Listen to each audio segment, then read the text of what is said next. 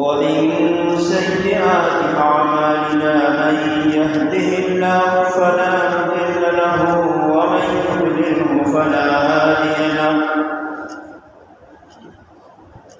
ونشهد أن لا إله إلا الله وحده لا شريك له ونشهد أن سيدنا وسندنا وحبيبنا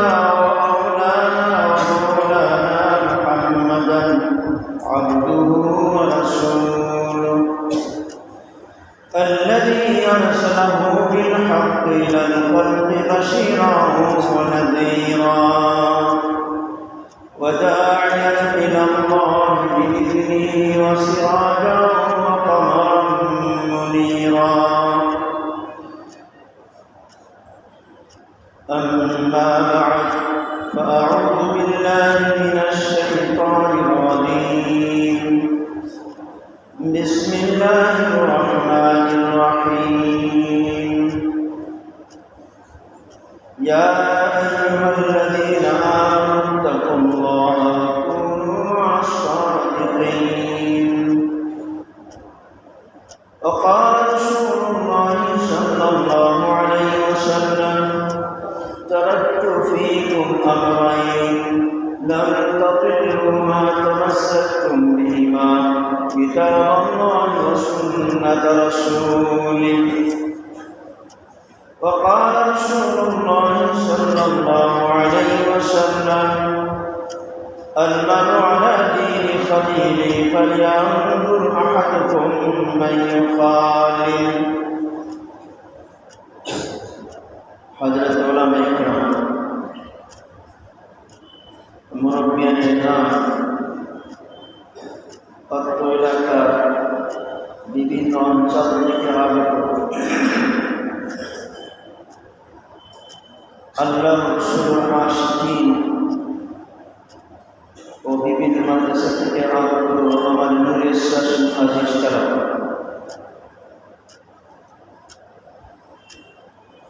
আল্লাহর ঘর মসজিদে বড় শানদার মসজিদ,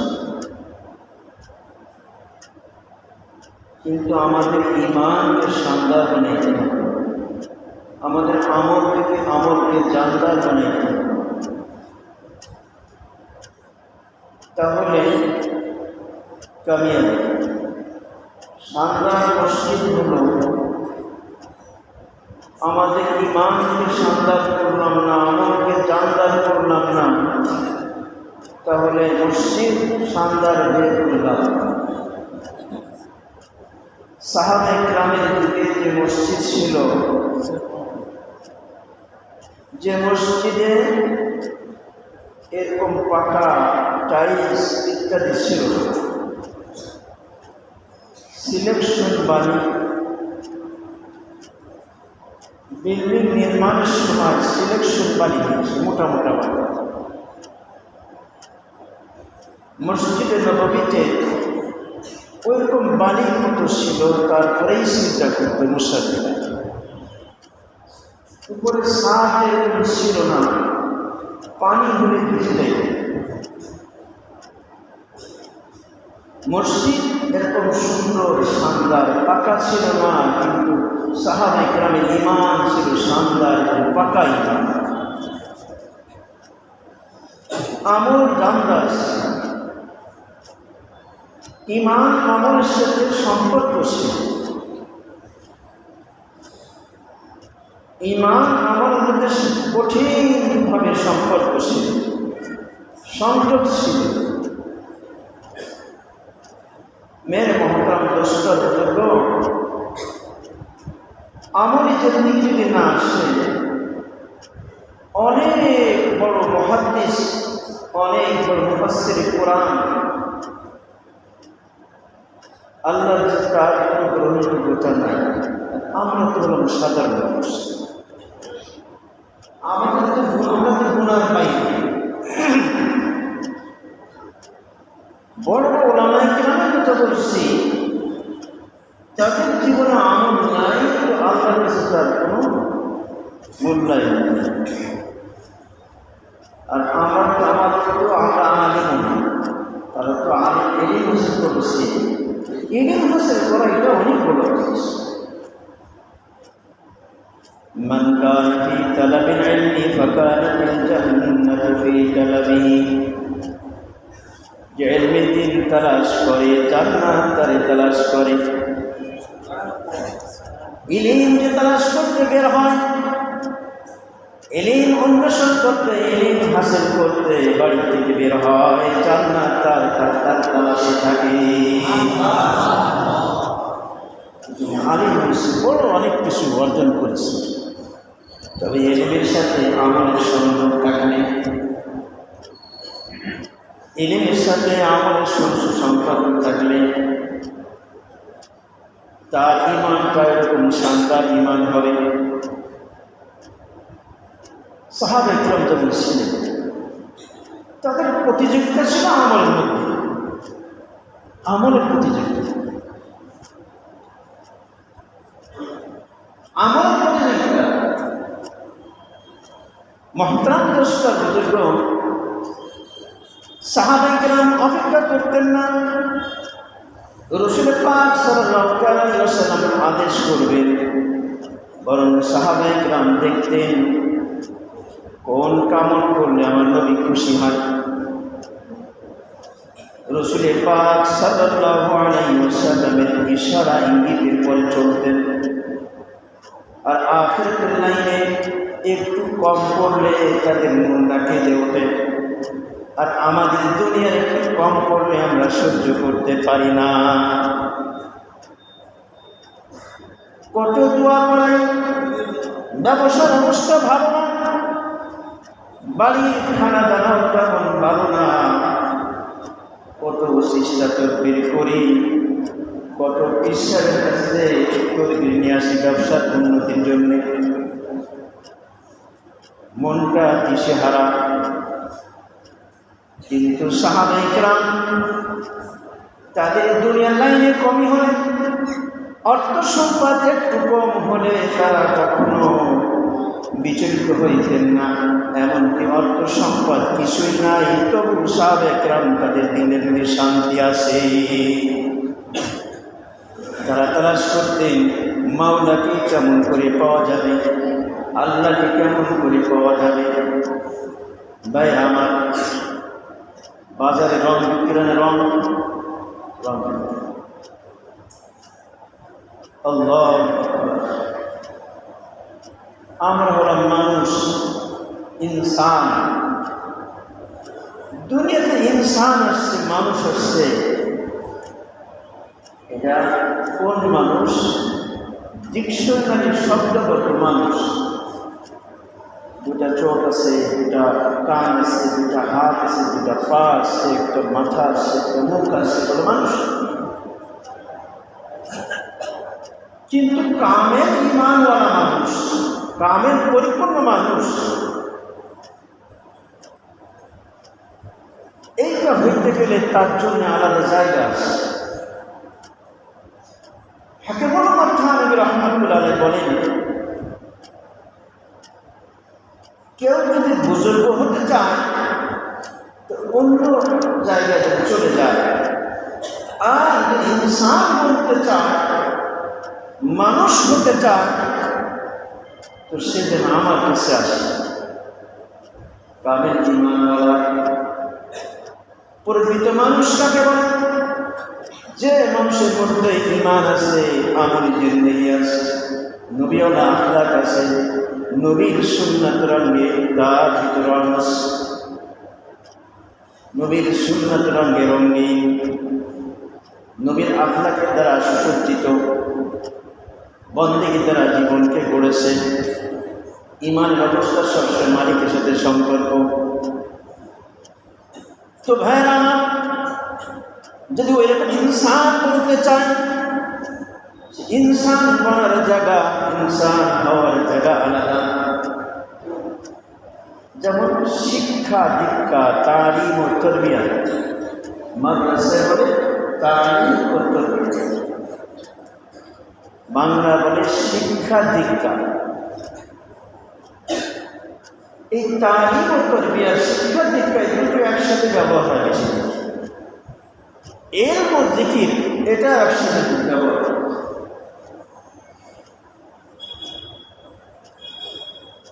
তো মানুষের শিক্ষা হয় এক জায়গায়, দীক্ষা হয় আরেক জায়গায়, তালিম হয় এক জায়গায়, তরবিয়াত হয় আরেক জায়গায়। যদিও রাসূল করিম সাল্লাল্লাহু আলাইহি ওয়াসাল্লাম যুগে একই জায়গায় তালিম, সেই জায়গায় তরবিয়াত। রাসূল পাক সাল্লাল্লাহু আলাইহি ওয়াসাল্লাম সর্বগুণে গুণান্বিত ছিলেন। তো সাহাবা ইকরাম রাসূলুল্লাহ সাল্লাল্লাহু আলাইহি ওয়াসাল্লাম থেকে তালিম পাইতেন, তরবিয়াত পাইতেন। যেমন হুজুর সাল্লাল্লাহু আলাইহি ওয়াসাল্লাম সাহাবাদেরকে শিক্ষা দিতেন, আবার তাদেরকে আত্মশুদ্ধি করতেন। ويزكيهم يعلمهم الكتاب والحكمة ويزكيهم। ইব্রাহিম নবী আলাইহিস সালাতু ওয়াস সালাম আল্লাহ পাক থেকে চেয়েছিলেন, দোয়া করছিলেন, রব্বানা ওয়াবআস ফীহিম রাসূলা।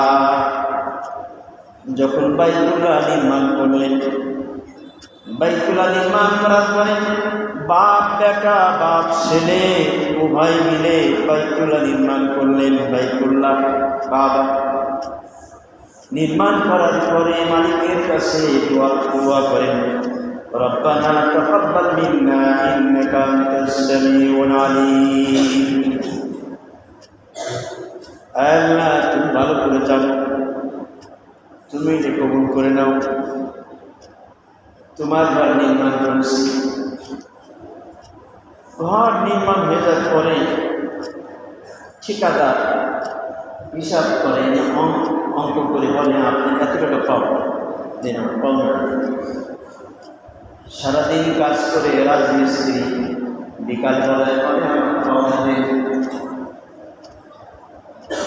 হযরত ইব্রাহিম আলাইহিস সালাম বাইতুল্লাহ নির্মাণ করার পরে আল্লাহর কাছে দোয়া করতেছেন, মালিক রে, এটা কবুল করে নাও। এখন মালিক বলে, তুমি তো আমার ঘর নির্মাণ করলি, তোমার তো পাওনা রয়ে গেছে। তুমি ঘর নির্মাণ করছো, তোমার পাওনা হয়ে গেছে না? হ্যাঁ, তো চাও কি দিবা? হযরত ইব্রাহিম আলাইহিস সালাম মাওলার কাছে আবেদন করলেন, মাওলা রে, আমি তো দুনিয়াতে কোনো অর্থ সম্পদ চাই না, আমি কোনো পদ চাই না, আমি চাই আমিনার আলাদা দুলাল চাই, আমি চাই আমিনার ওই কলিজার টুকরা, তার আদরের ছেলে মুহাম্মদ রাসূলুল্লাহকে চাই। তাই দোয়া করতেছেন, রব্বানা ওয়াবআস ফীহিম রাসূলা, ربنا ابعث فيهم رسولا منهم يتلو عليهم آياتك ويعلمهم الكتاب والحكمة ويزكيهم। আল্লাহ দিলেন কৌশল, অর্থাৎ হাউজ কৌশল মালিক কে? মুহাম্মদ আরবি সাল্লাল্লাহু আলাইহি ওয়াসাল্লাম। হযরত আনাস রাদিয়াল্লাহু তাআলা বলেন, ইয়া রাসূলুল্লাহ, আমার মনের বড় চাহিদা, আমার মনের বড় আশা, কিয়ামতের ময়দানে আমি আপনার সুপারিশ পাব। রাসূলুল্লাহ সাল্লাল্লাহু আলাইহি ওয়াসাল্লাম বলেন, ইন্নী ফাইলুন, অবশ্যই আমি সুপারিশ করব। আনাস রাদিয়াল্লাহু তাআলা বলেন, আইনা আলকাকা, আইনা আজিদুকা। রাসূলুল্লাহ সাল্লাল্লাহু আলাইহি ওয়াসাল্লাম বলেন, তাতলুবুনি ইনদাস সিরাত, হাউজে কাউসারের কাছে আমি নবীকে তালাশ করে পাইব। আনাস রাদিয়াল্লাহু তাআলা বলেন, ফাইন লাম আলকাকা হুনা, যদি ওইখানে হাউজে কাউসারের কাছে যদি আমি আপনাকে না পাই, কোথায় তালাশ করব? রাসূলুল্লাহ সাল্লাল্লাহু আলাইহি ওয়াসাল্লাম বলেন, ফাতলুব ইনদাল মিজান, যেখানে মানুষের আমলনামা ওজন করা হবে, নেকির পাল্লা কার ভারী হবে, গুনার পাল্লা কার ভারী হবে। যেখানে মানুষের আমল ওজন করা হবে, মাফা হবে, ওখানে তুমি আমাকে পাইবা। আনাস রাদিয়াল্লাহু তাআলা বলেন, ফাইলাম আলফাকা হুনা, আর রয়েছে ফাইলাম আজিদকা, যদি ওখানে আপনাকে না পাই। রাসূলুল্লাহ সাল্লাল্লাহু আলাইহি ওয়াসাল্লাম বলেন, ফাতলুবনি মিনাল হাউজে কাউসারের কাছে আমার তালাশ করবা। এই তিন জায়গার কোনো জায়গায় আমার মিস হবে না।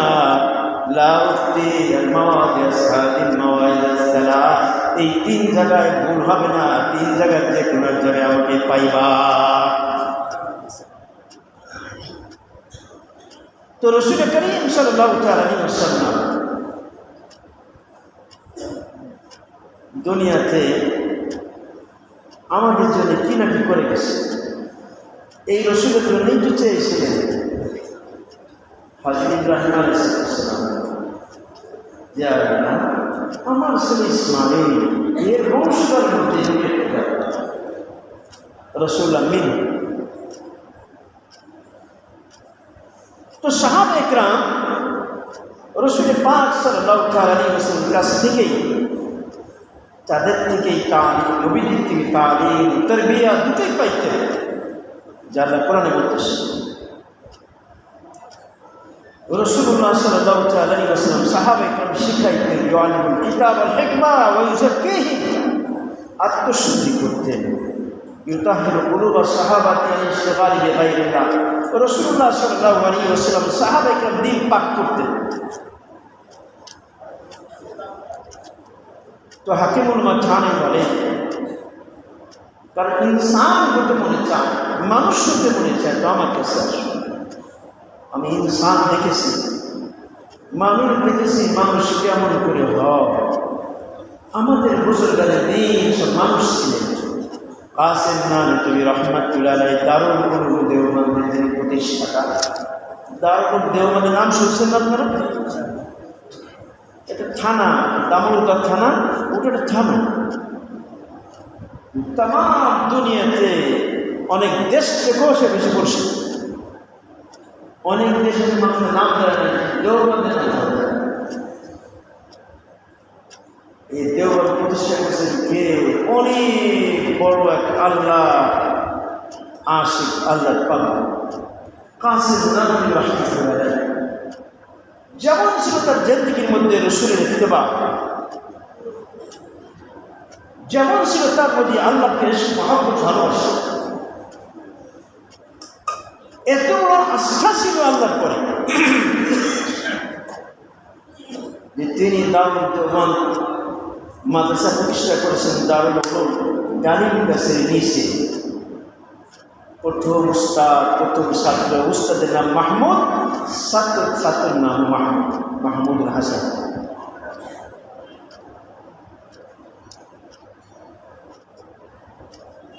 ওই ডালিম গাছের গল্প আমরা প্রায় 150 বছর পরে দেখছি। ডালিম গাছ এখন নাই, মারা গেছে। ওই ডালিম গাছের নিচে প্রথম সবক শুরু হয়েছে। একজন ছাত্র, একজন উস্তাদ এই কথা চিন্তা করেন নাই যে একজন ছাত্রী পড়ুন যা মন্তব্য 20-25 আগে হয়, কিন্তু বিশ্বের সবচেয়ে বড় আলিম তিনি শুরু করতেছেন একজন ছাত্র দ্বারা, একজন উস্তাদ দ্বারা। যদি আল্লাহ বরকত দেয়, ওই একজন সারা পৃথিবী কাঁপায় দেয়, সারা দুনিয়া কাঁপাইছিলেন। তার নাম হয়েছিল শাইখুল হিন্দ, সারা দুনিয়া হিন্দুস্তানের মূল। তখন কিন্তু পাকিস্তান, বাংলাদেশ, ভারত সব এক ছিল। তখন তার উপাধি শাইখুল হিন্দ। নিজেকে কেমন মিটাইছিলেন, আমার নবীজন নিজেকে মিটাইছিলেন। শাইখুল হিন্দ রহমতুল্লাহ নাম শুনছে অনেক, দুরিত্ব নাম শুনে দেখেনি। এক মৌলানা সাহেব আসছেন শাইখুল হিন্দকে দেখার জন্য। তো দেওবন্দ স্টেশন নেমে মানুষটা জিজ্ঞাসা করতে করতে গেছে যে শাইখুল হিন্দ তার বাড়ি কোথায়, ঘরটা কোন জায়গায়। দেখা যাচ্ছে শাইখুল হিন্দ বাড়িতে জিজ্ঞাসা করতেছে শাইখুল হিন্দ কে, কাকে জিজ্ঞাসা করছে? শাইখুল হিন্দ তাকেই জিজ্ঞাসা করতেছে, যিনি শাইখুল হিন্দ তার কাছে জিজ্ঞাসা করতেছেন শাইখুল হিন্দ মাহমুদ হাসান তিনি তিনি কে, তার বাড়িটা এটা, হ্যাঁ এটার বাড়ি।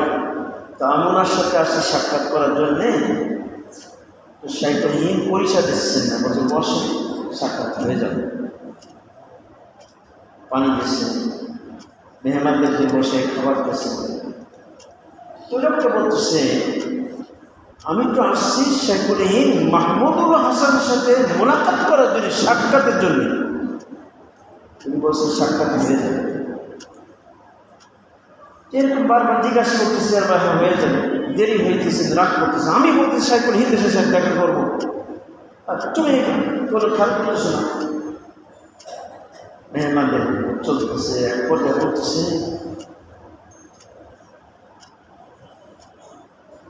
তো বলছে আমার নাম মাহমুদুল হাসান, আমার নাম মাহমুদুল হাসান। লোক বলছে শাইখুল হিন্দ বলতে, মানুষ আমার শাইখুল হিন্দ বলে, বলার সাথে লোকটা কম করতেছে। আর এত কাকে রাখতে রাজ্জাক করতেছে, উনি সান্ত্বনা দিচ্ছেন চিন্তা। তারাবি নামাজ পড়বে, আমরা তো খতমে তারাবি হলে সব মুসালি পিছনতে গায়ে বেড়ে, আর যদি 100 মাইল বেগে দ্রুত গতি পড়ে একদম সূরা ফাতিহা কি পড়ে কি বোঝা যায়, ঝড়ে চলতেছে, মানে হাফের সেটাতে পাইছি কিছু বলতে নেই। এমনকি তারাবি নামাজ সুন্নাত, কিন্তু সানা পড়া সুন্নাত না, আউযুবিল্লাহি বিসমিল্লাহ পড়া সুন্নাত না। তারপরে শেষে যে দোয়া মাসুরা পড়া সুন্নাত, আর দুরূদ শরীফ পড়া সুন্নাত, এগুলি কিছু মুসাল্লিরা পায় না। এই আল্লাহু আকবার, আলহামদুলিল্লাহ রাব্বিল আলামিন, সানাও গেছে, আউযুবিল্লাহি বিসমিল্লাহ গেছে।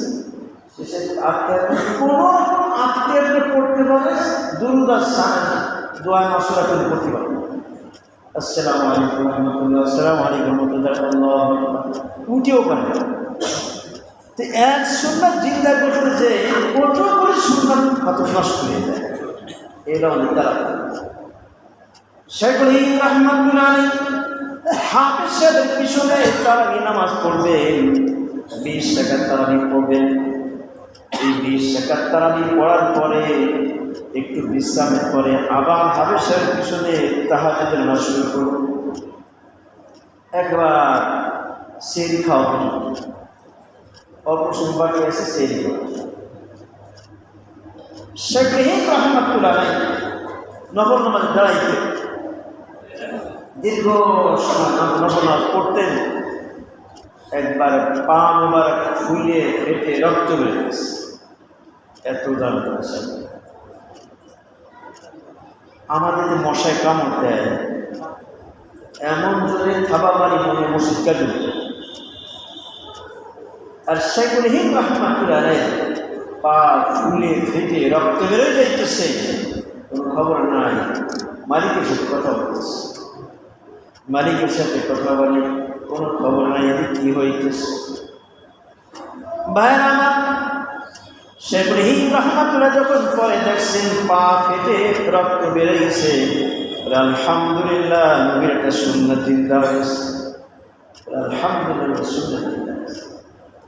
যে একবার ঘটনা, তারাবি নামাজ শেষ হয়ে গেছে, হাফেজ সাহেব বলছেন যে আমি আজ একটু শরীরটা ভালো লাগতেছে না, আমি তারা আজকে রাত পড়াইতে পারবো। আচ্ছা ঠিক আছে, সে কামরা যে বিশ্রাম করতেছে। শাইখুল হিন্দ রাহমাতুল্লাহ আলাইহি আস্তে আস্তে ওই ছাত্র পা টিপতেছে, হাফেজ সাহেব পা টিপতেছে। দেখা দেখেছে হুজুর আমার পা টিপতেছে, উঠে বসছে। না বাবা, তোমার কষ্ট হচ্ছে, তুই বলছো শরীরটা খারাপ, আমি একটু পা টিপতেছি, তোমার শরীরটা ভালো। তো চলেন আমি তাহাজ্জুদ পড়াবো, আমি তাহাজ্জুদ পড়াবো, বাস তাহাজ্জুদ শুরু করবো। এবার শাইখুল হিন্দ রাহমাতুল্লাহ আমলে যেতে এমনি এমনি না, ওই একজন এক সাইকেল এক মাহমুদুল হাসান সারা দুনিয়া কাঁপায় দিচ্ছে। তবু ইংরেজদের সাথে সামনে মাথা নত করে নাই। তার কোমরটা পুড়িয়ে চিকুন হয়ে গেছে, চর্বি গলে গলে কিছু ছিল না, কোমরে কিছু ছিল না, হাড় সাইকেল ছিল না। মাটার বন্দী জীবনে এরকম শাস্তি তারা দেশে ইংরেজ কিন্তু কোনো সময় জবান দিয়ে ইংরেজদের পক্ষে কথা বের হয় না। তোমরা যত আমাকে শাস্তি দাও, দুনিয়ার ক্ষমতা সে দিচ্ছ, কিন্তু মাহমুদুল হাসান তার নীতিকে বিসর্জন দিতে পারবে কোনোদিন দিবেও। এরপরে মাটার বন্দী জীবনে ফিরে আসছে, আবার তার দেওবন্দে ছিলেন। এরপর মারা যান। মারা যাওয়ার পরে যারা গোসল দিতেছে তারা যখনই শরীরে মাজারতে কাপড় বের করেছে, দেখে যে মাজারের চিকুন সকলে হাওয়া করে কেঁদে উঠেছে। নিয়ে কি অবস্থা, এইরকম হলো কেন? তার মাজার অবস্থা এরকম হলো কেন? সকলে ধারণা করলো মাটার বন্দী জীবনে ওইখানে হয়তো ইংরেজ এইভাবে কষ্ট দিয়েছে, নির্যাতন করেছে। এর সঙ্গে কে বলতে পারে মাটার বন্দী জীবনে সাথে ছিল শাইখুল ইসলাম হুসাইন আহমদ মাদানী। হুসাইন আহমদ মাদানী ছিলেন, তিনি তো কলকাতা, সর্বশেষ কলকাতাতে আনেছে। জিজ্ঞাসা করছে যে শাইখুল হিন্দ রহমাতুল্লাহ মাজার অবস্থায় কেন তোর মাজার? কারণ যখন নাকি লোহার পরে কনকনে আগে পোড়ান না, লোহার পর যখন মাজা টানাটান করেছে, তুই চর্বি গলে গলে পড়েছে, সহ্য করেছে। যেমন হাতে মিনার আহাত আহাত করেছিলেন, শাইখুল হিন্দ আল্লাহর নাম ছিলেন। তো জিজ্ঞাসা করলে বলতেছেন আমাকে নিষেধ করেছিলেন যে খবরদার তুমি একটু জানাবো, কাউকে জানো, বাড়িতে স্ত্রী জানে না, এত গোপন করেছে। মেয়েরা জানে না, এত গোপন করেছে। তারা জানে কষ্টে যে এই কষ্ট দিচ্ছে, কষ্ট পাবে, এই দিন কাউকে জানে না। তো হুসাইন মাদানী রহমাতুল্লাহ রায় বলছেন যখন জিনিসটা ফাঁস হয়ে গেছে তখন বলি আমার নিষেধ করেছিল কাউকে বলবো না, তুমি জেনেই ফেলেছে। বলে হযরত যখন নাকি মালটার বন্দি জীবনে ছিলেন, ওই ইংরেজ লোহা গরম করে তারপরে হাতে ধরে টানেন মাঝা। শাইখুল হিন্দ রহমাতুল্লাহ আলাইহি খুব তো বড় ব্যক্তিত্ব, একই সারা দুনিয়া কামাইছেন, একজন ছাত্র, বরকত আল্লাহ দেয় ওইরকম। কাসেম নানতুবি রহমাতুল্লাহ আলাইহি তার দিনের মধ্যে আল্লাহর মহব্বত কি পরিমাণ ছিল আর রসুলের ইশক মহব্বত কেমন ছিল। আল্লাহর জাতের পরে একই আস্থা আছে যে সে আল্লাহ ইবাদত করে পৃথিবীর কেউ আমার কিছু করতে পারবে। ইংরেজ যখন হযরত কাসেম নানতুবি রহমাতুল্লাহর বিরুদ্ধে গ্রেফতারি পরোয়ানা জারি করল, তিনি সুন্নাত হিসাবে নবীর সুন্নাত কি, নবীর জীবনে একবার 3 দিন আত্মগোপন করেছিলেন। কোন জায়গায়? গাড়ে সৌর, গাড়ে সৌর, সৌর পাহাড়ের গুহায়। এরপর 3 দিন পরে বেড়ে হিজরত করে বেড়েছে, হিজরত করার উদ্দেশ্যে বের হয়েছে। তো কাসেম নানতুবি রহমাতুল্লাহ আলাইহি 3 দিন আত্মগোপনে ছিলেন। 3 দিন পরে বের হয়ে আসছে। লোকজন বলে হুজুর আপনি খোলামেলা ঘোরাফেরা করতেছেন, ইংরেজের পুলিশ বাহিনী তো আপনাকে তাস করছে, আপনি আত্মগোপনে যান। কাসেম নানতুবি রহমাতুল্লাহ বললেন আমি 3 দিন সুন্নাত পালনার্থে আমি আত্মগোপনে ছিলাম, আর আত্মগোপনে যাব না। সুন্নাত পালনার্থে 3 দিন ছিলাম, নবীজি 3 দিনে বেশি কোনো আত্মগোপনে ছিলেন না, আমার কাছে তাই করলাম।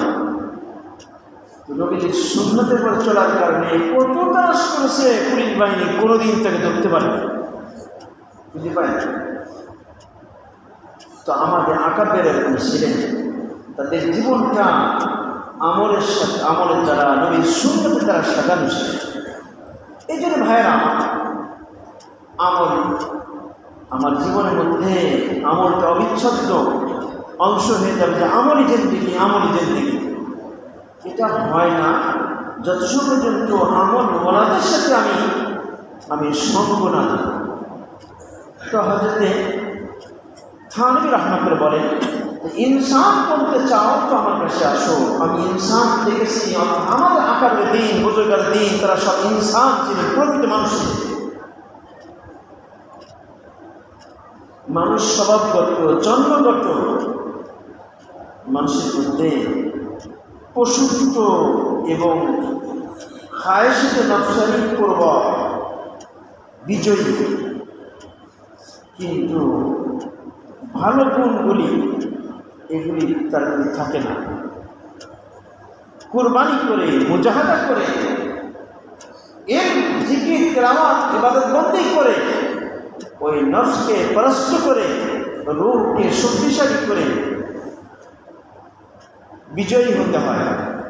তখন ইনসান, প্রকৃত ইনসান। একটা কামরা যে অন্ধকার থাকে, ওই অন্ধকার দূর করতে গেলে কী করা লাগবে? বাতি জ্বালাই, লাইট জ্বালাই দিলে আলো হয়ে যাবে। এমনি বিপক্ষ দিয়ে আলোকিত হয় না যত সময় আপনি আলো না জ্বালাইবেন। তো আমার আপনার আত্মা, তার পাশাপাশি নফস রয়েছে, আমার পশুত্ব ভাব রয়েছে।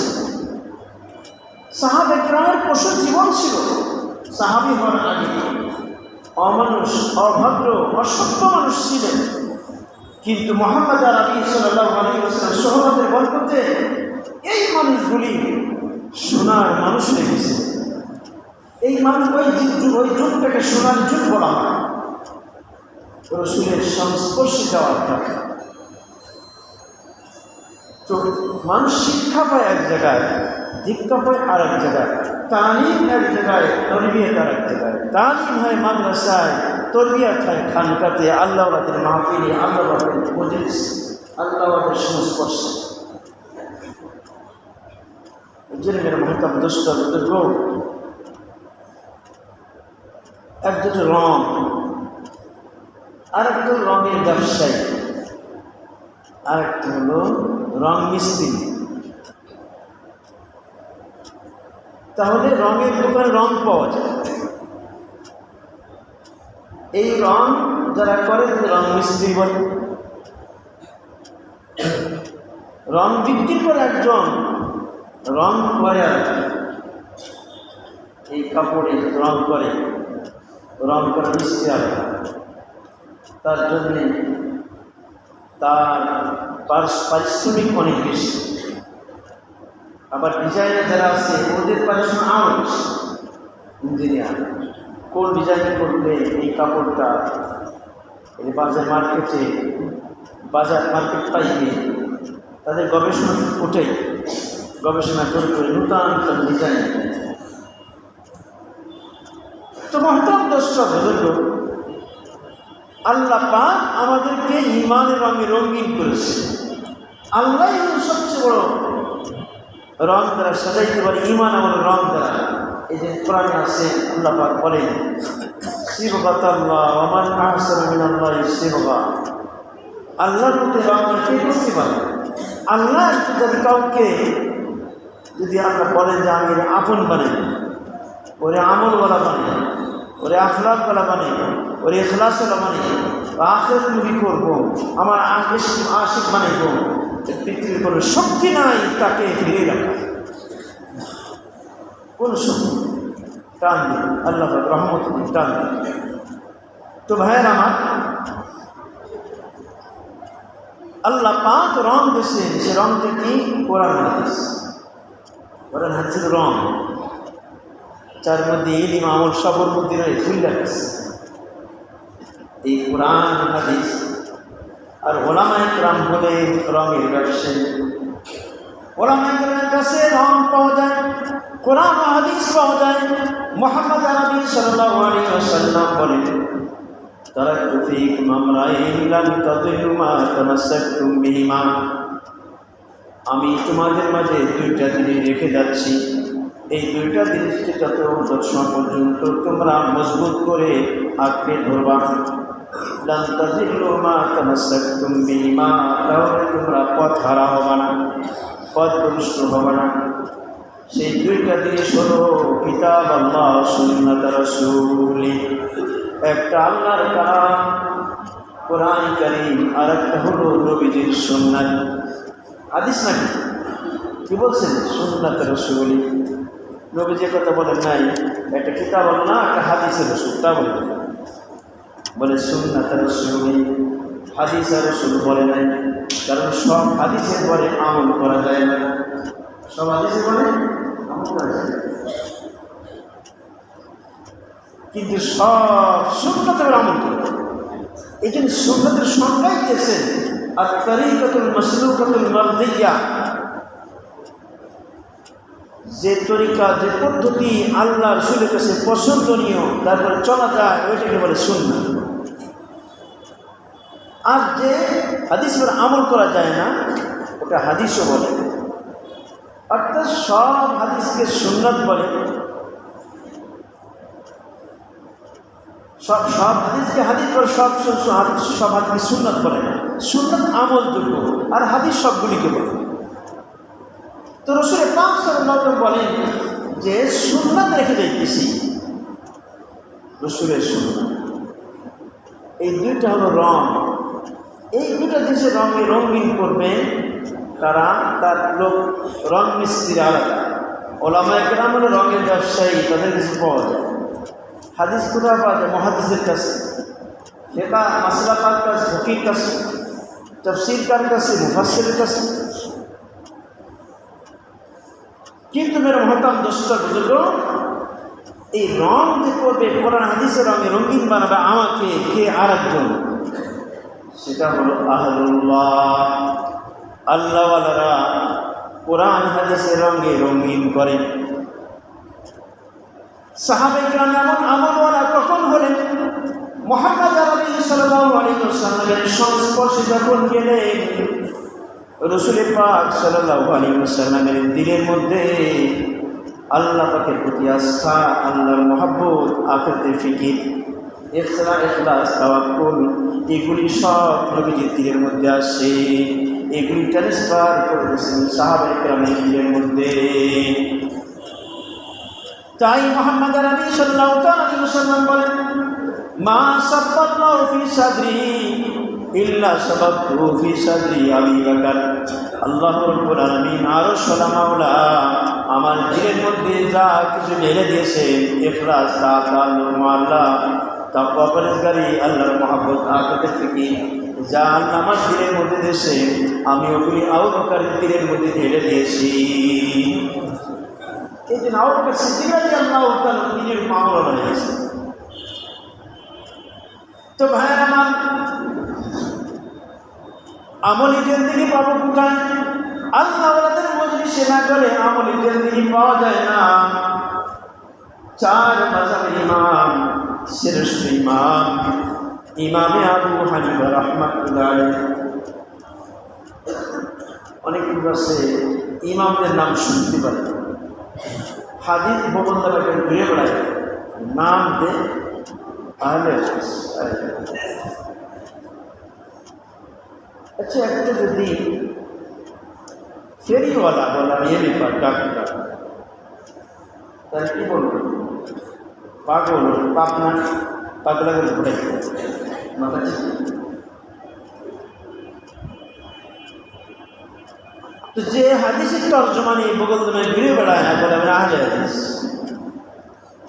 বলি সমস্যা একটা হাদিস শোনাও, এমনি শোনা দেবে, সমস্যাও পারবেন, মানে আমি আলেম।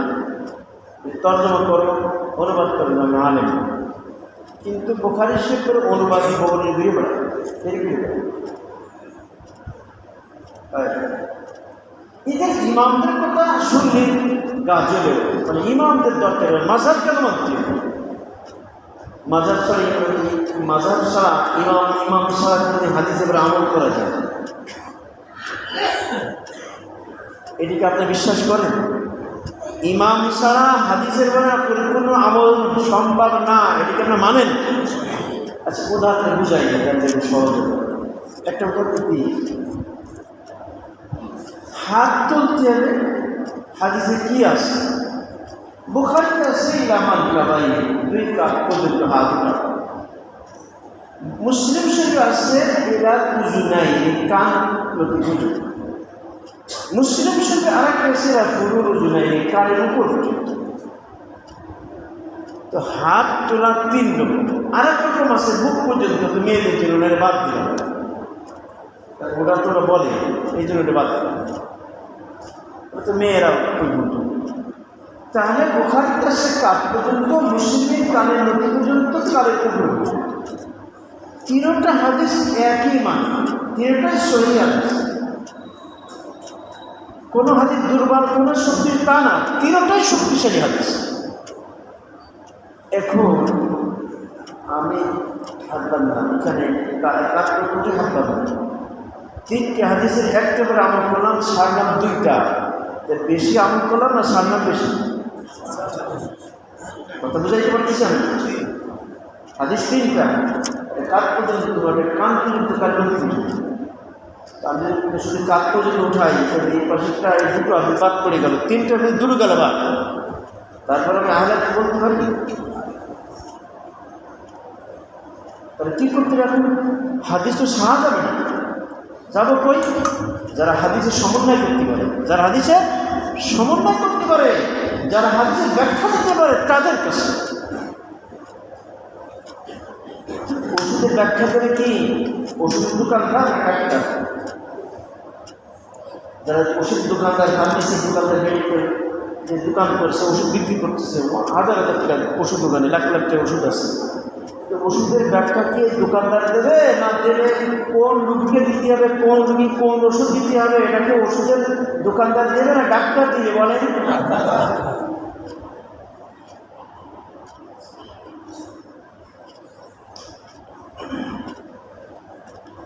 ডাক্তার দিবে। বোঝা গেল ওষুধ যারা সাপ্লাই দেয় ওদের থেকে ডাক্তার ভালো বোঝে কোন রোগীকে কোন ওষুধ দিতে হবে, ওরাই ভালো বোঝে।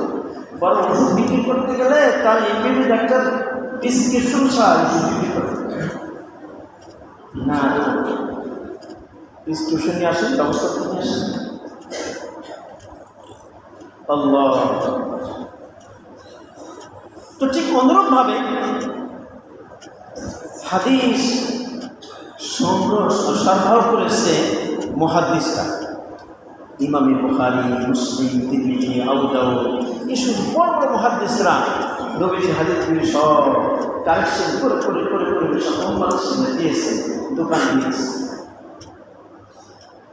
এখন ওই দোকান থেকে ওষুধ, কারে কি ওষুধ দিতে হবে এটা দেখতে ডাক্তার আছে, অর্থাৎ ফুকাহায়ে কেরাম কোন হাদিসের মধ্যে কি মাসআলা আছে, কোন হাদিসের দ্বারা কোন মাসলা প্রমাণিত হবে, এটা কিন্তু ইমাম বুখারী বলতে চায় না, ইমাম মুসলিম না, তিরমিজি না, বলে ইমাম আবু হানিফা, মালিক, ইমাম শাফি, আহমদ। এই জন্য দেখবেন যত মুহাদ্দিস আছে সিনিয়র আর জুনিয়র, ইমাম বুখারীর আগে যে সমস্ত মুহাদ্দিস সব সিনিয়র, সব হানাফি মাযহাবের বেশি। আর ইমাম বুখারী তার পরে আছে এগুলো সব ইমাম শাফি, মালিক, শাফি, আহমদ, হাম্বল, এনাদের বেশি মানুষ। তো সিনিয়র মুহাদ্দিস হোক আর জুনিয়র হোক, সকলেই কিন্তু 4 মাযহাবের যে কোনো ইমামের অনুসারী।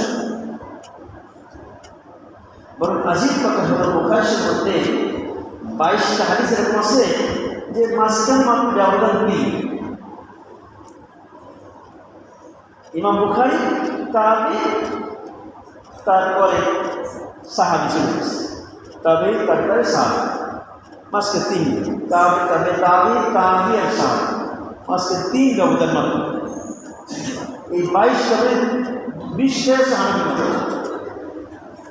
ইমামে বুখারী, বুখারীর মধ্যে যে এত নাম করা 22টা হাদিসের সুলাসিয়াত বলা হয়, এত শক্তিশালী হাদিস, তার 20টাই হলো হানাফি মাযহাব। তো সমস্ত মুহাদ্দিসরা 4 মাযহাবের অনুসারী। তো ও হাদিসের প্রতি আমার আমল করতে হবে, মুহাদ্দিসরা বলবে না, বলবে কে? ফকিহ, ইমাম, মুজতাহিদ। এবার আসে এক হাদিসে কান পর্যন্ত, এক হাদিসে কান পর্যন্ত, এক হাদিসে হচ্ছে কানের উপর পর্যন্ত। এখন আমি পড়ে গেছি বিপদে, কোনটা সাহায্য কোনটা ধর্ম? আমি তো সাধারণ আমরা কোনটা ধর্ম কোনটা সাহায্য? ইমামের স্বামী যখন স্বামী রহমান যখন মিশরে গেলেন তখনও তিনি এই কথা বলেছেন, আর ইমাম আবু হানিফা বলতেছেন। ইমামে শাফি রাহমাতুল্লাহ ইমামে শাফি রাহমাতুল্লাহ বলেন, যখন প্রশ্ন করা হলো মিশরবাসী যে হাদিস তো তিনটি, কাঠ পর্যন্ত, আনন্দি পর্যন্ত, কালের উপরে পর্যন্ত, কোনটার পর আমল আর কোনটা সারা? ইমামের শাফি বলে কোনটা সারা যাবে না, কোনোটা সারা যাবে না, চিন্তা আমল করতে। কী করে?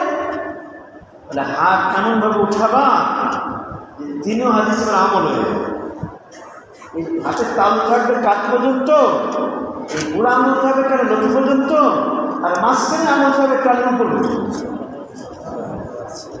তিনি হাদিস আমল হয়ে গেল। জামান বাইনা রিওয়ায়াতিস সালাস, তিন হাদিসের মধ্যে সমন্বয় করার জন্যে ইমামে শাফি ব্যাখ্যা দিলেন। তিনি হাদিস ছাড়ার জন্য ব্যাখ্যা দিলেন না সব হাদিস আমল করার জন্য? আমার এরকম সব ব্যাপার দেওয়া ওইরকম ইমাম মানতে এই জন্যে ওনাদের ছাড়া গতি নাই। এক হাদিসে বলে সূরা ফাতিহা ছাড়া নামাজ হবে, আর 35টা হাদিস বলে সূরা ফাতিহা ছাড়া নামাজ হবে। কোন কোন হাদিসে তারা সূরা ফাতিহা করে মুখের মধ্যে বালি ঢুকায়, পাথর ঢুকায়, মাটি ঢুকায়। কোন হাদিসে বলে যে ইমামের কিরাত মুক্তাদির কিরাত যাবো এক এক হাদিসে এক রকম। এই যে ইমাম মানে এইটা ইমাম সে বলে চিন্তা করো না, আমি হাদিস ছাড়া যাবে না, সব করে আমল করতে। ইমামে আবু হানিফা রাহমাতুল্লাহ বলেন, যখন তুমি একা একা নামাজ পড়বা তখন লা সালাতা ইল্লা বিফাতিহাতিল কিতাব, সূরা ফাতিহা ছাড়া নামাজ হবে না। বা যখন তুমি ইমাম হবা, ইমাম আর একা একা নামাজ পড়বে মুনফারিদ, তার জন্য হলো সূরা ফাতিহা ছাড়া নামাজ হবে না। তার মুক্তাদি কি বলে? মুক্তাদি হলো মান কানা লাহু ইমামুন ফাকিরাতুল ইমামি লাহু কিরাত, যার ইমাম আছে ইমামের কিরাত মুক্তাদির কিরাত। এলো এই হাদিস তো ওটা সহি হাদিস, সমন্বয় আছে। দেখেন হাদিসে আছে না যে রুকু পাইল রাকাত পাইল, মানে আধা রুকু রাকাত আধা রাকাত, যে রুকু পাইল রাকাত পাইল। আমরা মসজিদে দেখি ইমাম সে রুকু চলে গেছে, আমরা রুকু যাই না, ওই রাকাত পাইলাম কিনা? যদি পারেন কৌশলে নামাজ হবে কৌশলে ওরে রুকুতে ধরা, এমন সময় যেতে রুকু ধরে নামাজ পড়বে, নামাজ ধরে কেন? দুটো সূরা ফাতিহা পাইছে, রুকু পাইছে, ওদেরকে তো সূরা ফাতিহা নামাজ নেই, রুকু পাইছে সূরা ফাতিহা পাইছে, নামাজ ধরা। আমাদের তো সমস্যা না, আমাদের ইমাম সাহেব পড়া আমার পড়া, ইমাম সাহেব পড়ে দিয়েছে না, নবীজি বলেছেন ইমামের কিরাত মুক্তাদির কিরাত, আমার কিরাত ইমাম সাহেব পড়েছে, ওর ইমাম বানিয়েছে কিছু, আমি কিরাত পড়ব।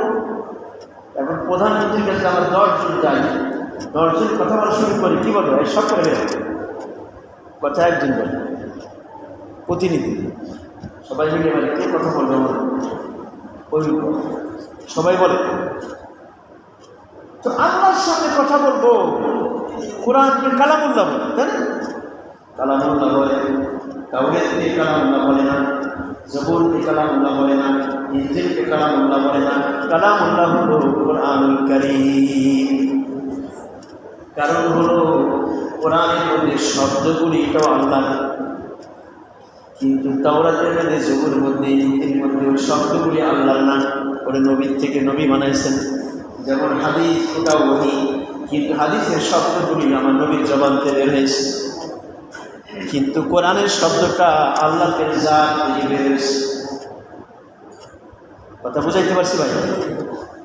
যে কালামুল্লাহ বলা হয়, তো কালামুল্লাহ কোরআনে পাক কালামুল্লাহ, কোরআন যখন পড়ে মাওলা তার দিকে কান লাগায় শুনে, আল্লাহ মনোযোগ দিয়ে শোনেন। আজিম শব্দ আসছে, আল্লাহ মন লাগায় শোনেন। ভাইয়েরা আমার, এমনকি আল্লাহ পাক কথার উত্তর দেন। কথা বলতে গেলে পরস্পর শুনে আর উত্তর দেয় না। যখন বান্দা বলে আলহামদুলিল্লাহি রাব্বিল আলামিন, আল্লাহ রাব্বুল আলামিন বলেন হামিদানি আবদি, আমার বান্দা আমার প্রশংসা করল। আর রহমান রহিম, যখন ইমাম সাহেব রহমান রহিম বলে, বান্দা বান্দি যখন আর রহমান রহিম বলে, আল্লাহ রাব্বুল আলামিন তখন বলে আসনা আলাইয়া আবদি, আমার বান্দা আমার গুনাহগুন করল। মালিক ইয়াউমিদ্দিন, যখন মালিক ইয়াউমিদ্দিন পড়ে তখন আল্লাহ রাব্বুল আলামিন বলেন মাজ্জাদানি আবদি, আমার বান্দা আমার বড়ত্ব বর্ণনা করেছে। যখন বান্দা নামাজের মধ্যে বলে ইয়াকা না'বুদু ওয়া ইয়াকা নাস্তাঈন, আল্লাহ বলেন হাযা বাইনি ওয়া বাইনা আবদি, এটা আমি আমার বান্দার মধ্যে চুক্তি। আমার বান্দা আমার চুক্তি করেছে, আমার সাথে ওয়াদাবদ্ধ হয়েছে, আল্লাহ আমি কোনোদিন তোমার কাছে অন্য কারণে সাহায্য কামনা করব না। ইয়াকা না'বুদু, শুধু তোমারই বন্দী করবো, ওয়া ইয়াকা নাস্তাঈন, আর শুধু তোমার কাছে সাহায্য চাইবো, দুনিয়ার কারণে সাহায্য চাইবো না। এটা আমি চুক্তি করলাম, মাওলার সাথে ওয়াদা করলাম। এরপরে ইহদিনাস সিরাতাল মুস্তাকিম, এই চুক্তি হওয়ার পরে মালিক কাছে দোয়া করছে, মালিক রে আমার একটু নবীদের আল্লাহর ওলিদের শহীদের রাস্তা দেখাও। ইহদিনাস সিরাতাল মুস্তাকিম, সিরাতাল মুস্তাকিমের হিদায়াত আমাকে দাও, সন্ধান দাও, তোমার প্রিয়জনের রাস্তায় আমাকে চালাও। তো যখনই সূরা ফাতিহার একটা আয়াত তেলাওয়াত করে মাওলা পাক জবাব দেয়। এই জন্য সূরা ফাতিহা তেলাওয়াত নামাজের মধ্যে 7টি আয়াত 7 দমে পড়াই সবচেয়ে ভালো মুস্তাহাব। আমাদের অনেক নিয়ম সে একদম এটা ঠিক 7 দমে পড়ে যায়। তো ভাইয়েরা আমার, তো ইমাম যখন কিরাত করবে, মুক্তাদি করবে, ইমাম বানালাম। আচ্ছা, যখন রুকু পাইলাম কিরাত গেল বলে, তাহলে বোঝা গেল এই মুক্তার জন্য কিরাত। তাছাড়া হুজুর সাল্লাল্লাহু আলাইহি ওয়াসাল্লাম শেষ যুগে অসুস্থ হয়ে পড়েছেন, আবু বকর সিদ্দিক নামাজ পড়েছেন 13 দিন। যখন শেষ বৃহস্পতিবারে নামাজ পড়ে আর আসেন নাই, ওই দিন নামাজ পড়াইছেন। আবু বকর সিদ্দিক নামাজ শুরু করেছেন, সূরা ফাতিহা পড়েছেন, কিছু অংশ পড়েছেন, এরপরে নবীজি আসছে। ফাতিহার কথা উল্লেখ নাই, কিরাত করছিলেন। হযরত নবী করিম সাল্লাল্লাহু আলাইহি ওয়াসাল্লাম যখন আসলেন, আবু বকর তখন তার ডান পাশে দাঁড়ালেন। আবু বকর তখন মুকাব্বির হয়ে গেছে, নবীজি ইমাম হয়ে গেছে। হাদিসে লিখছে আবু বকর যে পর্যন্ত পড়েছিলেন, নবীজি ওখান থেকে শুরু করেছিলেন। শুরুতে দৌড়ায় যে পর্যন্ত আবু বকর পড়েছেন, তারপরে নবীজি পড়েছেন। এর আগে পড়া হয়েছে, ইমাম হিসেবে পড়া হয়ে গেছে। এই জন্য ভাইয়েরা আমার, এই সূরা ফাতিহা বা ইমাম কিরাত পড়া নিয়ে কত প্রকার দলিল, এগুলি যদি ইমামের স্বর্ণাপন্ন না হই কোনোদিন আমি আমল করতে পারবো। এই যে ইমামরা বলছে দেখো লা সালাতা ইল্লা বিল-ফাতিহা, এটা মুক্তাদির জন্য না, ইমামের জন্য, একা নামাজ তার জন্য। মুক্তাদির জন্য কোনটা? মুক্তাদির জন্য হাদিস মান কানা লাহু ইমামুন ফাকিরাতুল ইমাম লাহু কিরাতুন, যার ইমাম আছে ইমামের কিতাব তার কিরাত। যাই আমার বলতেছিলাম, ইলম পাওয়া যায় এক জায়গায়, তালিম পাওয়া যায় এক জায়গায়, শিক্ষা পাওয়া যায় এক জায়গায়, তরবিয়ত দীক্ষা পাওয়া যায় আরেক জায়গায়। যদিও রাসূল পাক সাল্লাল্লাহু আলাইহি ওয়াসাল্লাম সব এক জায়গায়। তিনি যেমন ছিলেন মুআল্লিম, তিনি ছিলেন মুরশিদ, তিনি মুজাক্কি ছিলেন।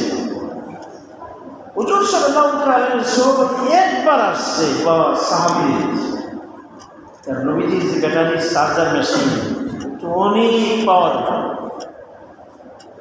কোনো মাত্র চার্জ লাগছে, বাস হয়ে গেছে, কাজ হয়ে গেছে। জীবনে একবার নবীজির সাথে দেখা হয়েছে, কলেমা পড়েছে, ওই 1 মিনিট 2 মিনিটে চলে গেছে। আর সাক্ষাৎ হয় নাই। ও সাহাবী, তার মর্যাদা কতটুকু? ওমর ইবনে আব্দুল আজিজ থেকে অনেক। আব্দুল কাদের জিলানী রাহমাতুল্লাহর কাছে জিজ্ঞাসা করা হলো যে ওমর ইবনে আব্দুল আজিজ বেশি ভালো না মুয়াবিয়া? ওমর ইবনে আব্দুল আজিজের শাসনটা অনেক সুন্দর ছিল, খোলাফায়ে রাশিদিন। আর মুয়াবিয়া তার শাসন আমলে কিছুটা এদিক ওদিক হয়েছে তুলনামূলক, যে কারণে অনেকে বলে এজিদের প্রাপ্ত, যে কারণে বলে যে উনি বলেন ইনি বলেন। মুয়াবিয়া কিন্তু সাহাবী, ওমর ইবনে আব্দুল আজিজ তিনি তাবী। আব্দুল কাদের জিলানীকে জিজ্ঞাসা করা হলে যে ওমর ইবনে আব্দুল আজিজ ভালো না মুয়াবিয়া ভালো? আব্দুল কাদের জিলানী রাহমাতুল্লাহ বলেন, কোথায় ওমর ইবনে আব্দুল আজিজ, কোথায় মুয়াবিয়া? মুয়াবিয়া তো সাহাবী, কাফের ওহী, নবীজিকে দেখছে, নবীটা দোয়া দিয়েছেন, আল্লাহুম্মা জাআলহু হাদিয়ান মাহদিয়া, আল্লাহ থেকে পথ প্রদর্শন বানায় দাও, হিদায়াত প্রাপ্ত বানায় দাও। নবীজি দোয়া করেছেন। নবীকে দেখা ঈমানের সাথে, ঈমানের পরে মওত হওয়া। কিন্তু সাহাবী আব্দুল কাদের জিলানী রাহমাতুল্লাহ বলেন, হযরত মুআবিয়া রাদিয়াল্লাহু তাআলা যে ঘোড়ায় আরোহণ করে তিনি জিহাদের ময়দানে গেছেন, ওই ঘোড়ার নাকের ধুলা সমতুল্য ওমর ইবনে আব্দুল আজিজ না। কোথায় সাহাবী? শুধু নবীজির সাথে সংস্পর্শে গেছে বা ঈমান গ্রহণ করেছে, সাহাবী হয়ে গেছে। তো ভাই আমার, নবীর সোহবত যে সাহাবী হয়েছে, আল্লাহ আমাদের সোহবত যে আল্লাহর ওলি হবে। পানওয়ালার কাছে পান পাওয়া যায়, আইসক্রিমের কাছে আইসক্রিম পাওয়া যায়, ভাজাওয়ালার কাছে ভাজা পাওয়া যায়। ঠিক অনুরূপভাবে আল্লাহওয়ালাদের কাছে আল্লাহরে পাওয়া যায়, আল্লাহওয়ালাদের কাছে গেলে আল্লাহরে পাওয়া যায়। তাই জালালউদ্দিন রাহমাতুল্লাহ তিনি বুখারী শরীফ পড়ায়, বুখারী শরীফের দর্শ দেন, বুখারী শরীফ পড়ান। রাজার নাতি, বাদশা খাওয়ার জনের নাতি, আড়ালের দুলা, পালকিতে চড়ে বেড়ায়, ছাত্ররা পালকিতে নিয়ে বেড়ায়, বুখারীর দর্শ দেন। এমন একজন ব্যক্তি হযরতে জালালউদ্দিন রুমি রাহমাতুল্লাহ আলাইহি, তিনি কিতাব দেখতেছেন, কিতাবের পাগল, কিতাব সাগর। শামসুদ্দিন তিবরিজি রাহমাতুল্লাহ আলাইহি তিনি যাইতেছেন, তার কাছে দেখেন কিতাবের মধ্যে মগ্ন। শামসুদ্দিন তিবরিজি রাহমাতুল্লাহ আলাইহি ওই কিতাবগুলো ধরে হাউজের মধ্যে ফেলাই দিয়েছে, কিতাবগুলো ধরে হাউজের মধ্যে দিয়েছে। আর সেই যুগের কালি কিন্তু এই যুগের কালি মতো ছিল না, সব কিন্তু নিজের বানানো কালি, পানি দিলে আবার উঠে যায়, এখন কিন্তু ওঠে না। যখন হাউজে ফেলাইছে উনি হতভম্ব হয়ে গেছে, অস্থির হয়ে গেছে, আমার কিতাব সব শেষ হয়ে গেল, তোর পানির মধ্যে ভিজে কিন্তু সব ধুয়ে যাবে। শামসুদ্দিন তিবরিজি রাহমাতুল্লাহ হাউস থেকে পানির মধ্যে কিতাব বেঁধে দাও, কিতাব যাতে কিতাব শুকনো, পানির মধ্যে হাউসের মধ্যে ফেলালো, হাউস ডুবে গেল, সে উঠে আনছে, তাকে কিতাব শুকনো ভেজে নেয়। কী হলো? এখন বুঝতে আসছে না রে, এটা আলাদা জগৎ। ওই যে না, দিল খুলে গেল, দিল খুলে গেল।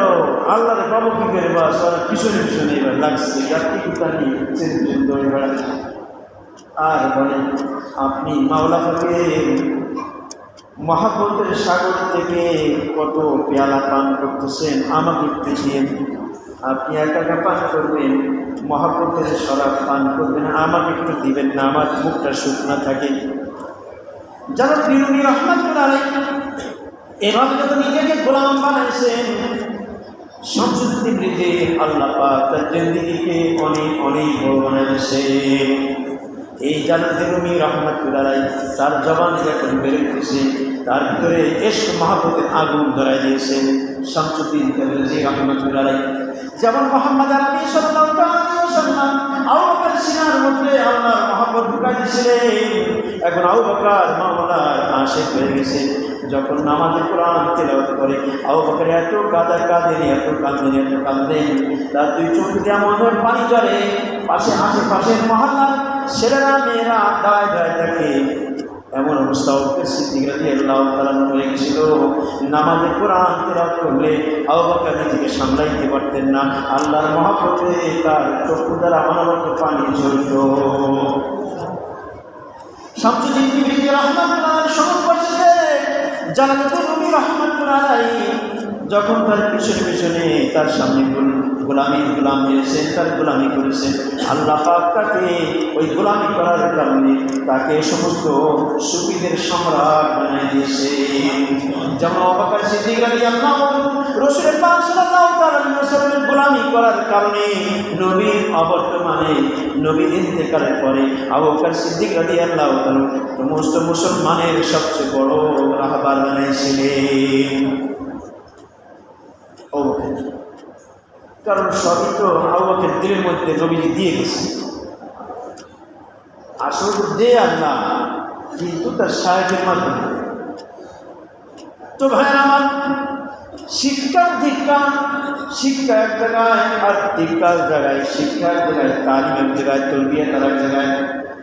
সাহাবায়ে কেরাম নবীর দরবারে তাদের তরবিয়ত হয়েছে, যে কারণে তারা সোনার মানুষ হয়েছে। ওই যুগটাকে সোনালি যুগ বলা হয়, ওই মানুষগুলিকে সোনালি মানুষ বলা হয়। সে কারণে নবীর সোহবতের বরকতে দুনিয়াতে এরকম যখন আমি আপনি ওই দুনিয়াদার মানুষ, আমি আপনি যখন নাকি আমার নাফসের খায়ের সাথে নিয়ে ঘুরে বেড়াইতেছি, আমি আসলে প্রকৃত মানুষ হতে পারি নাই, সে পশুত্ব ভাব আমার মধ্যে রয়ে গেছে। আমি যখন কোনো আল্লাহওয়ালার সংস্পর্শে যাব, আল্লাহওয়ালার সামনে গোলামি করবো, তো আল্লাহ পাক এই গোলামি করার কারণে আমাকে আপনাকে আল্লাহ পাক বাদশা বানাই দিবে।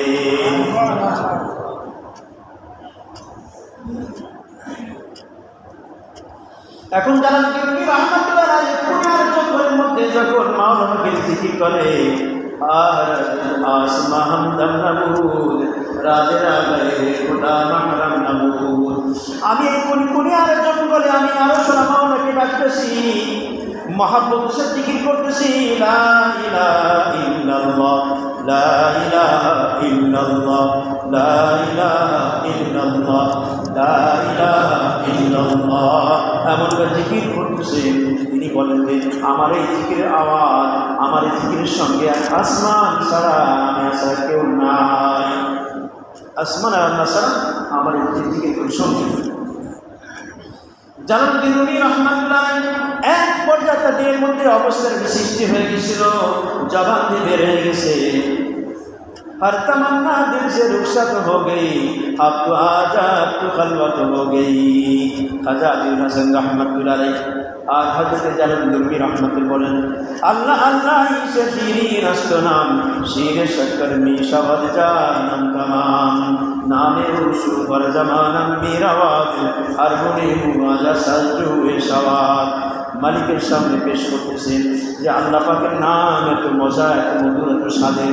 যখন আমি মাওলার নাম, মাওলা পাকের নামের জিকির কেমন দুধের মধ্যে চিনি দিলে যেমন শরবত হয়ে যায়, ওইরকমভাবে মাওলা পাকের নাম দিলে সর্বশরীর রুহানি শরবত হয়ে যায়।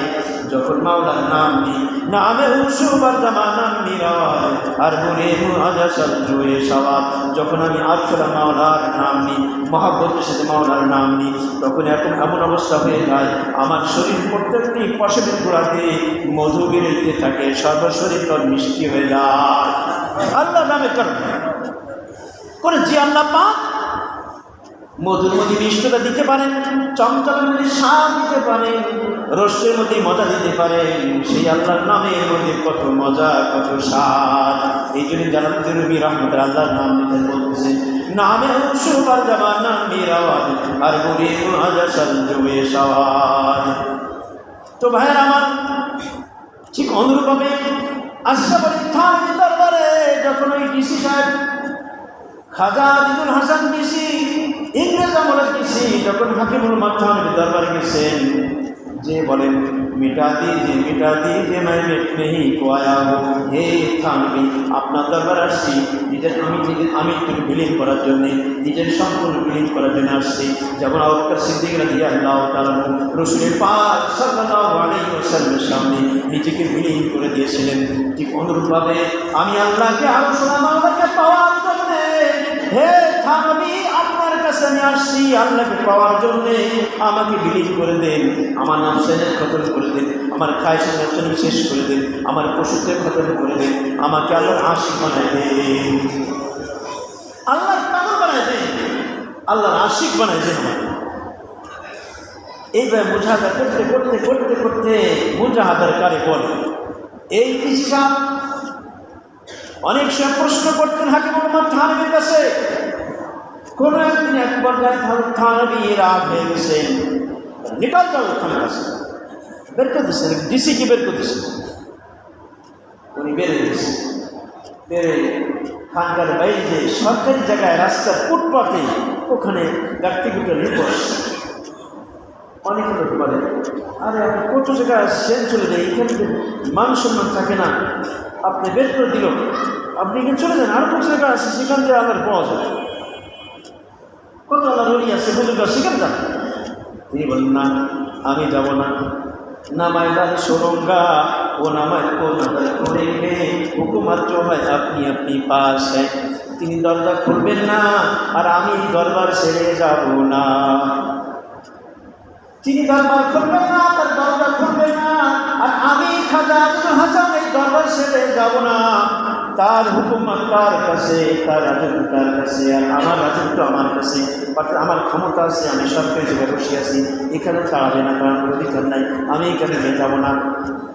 আর আশরাফ আলী থানভী তার খানকা করবে না, বের করতেছে না, আর আমি এরপরে থাকলাম, যাবো না এই দরবার ছেড়ে। ওখানে চিঠি লিখতেছে, আজ মাফ করে দেবেন, মাফ করে দেবেন, মাফ করে দেবেন, একটা ডিসি মানুষ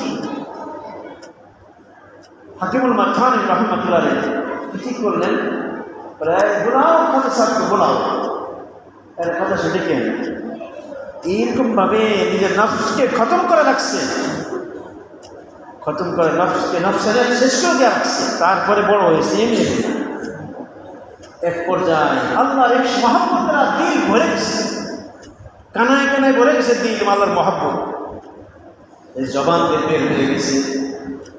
हर तमन्ना दिल से रुखसत हो गई, अब तो आजा अब तो खलवत हो गई।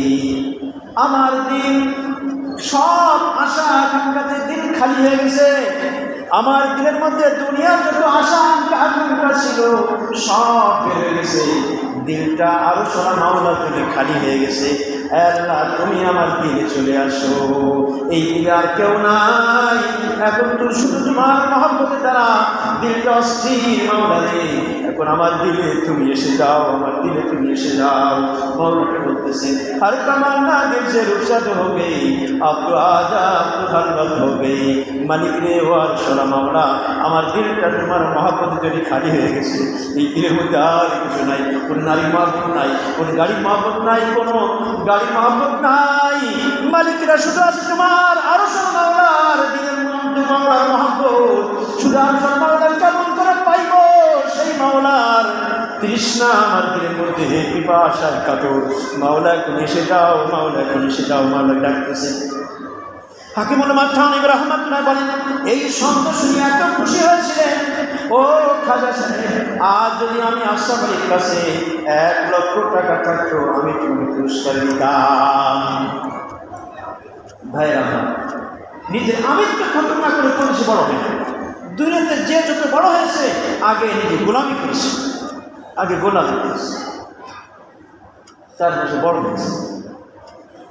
ভাইরা আমার অবস্থিতি বড় হয়েছে, খাজা আজিজের বড় হয়েছে, হাবিবুর রহমতের বড় হয়েছে, শামসুল ফরিদপুরি বড় হয়েছে, যত বড় বড় আল্লাহ বলি সকলেই তার গোলাম হয়েছে।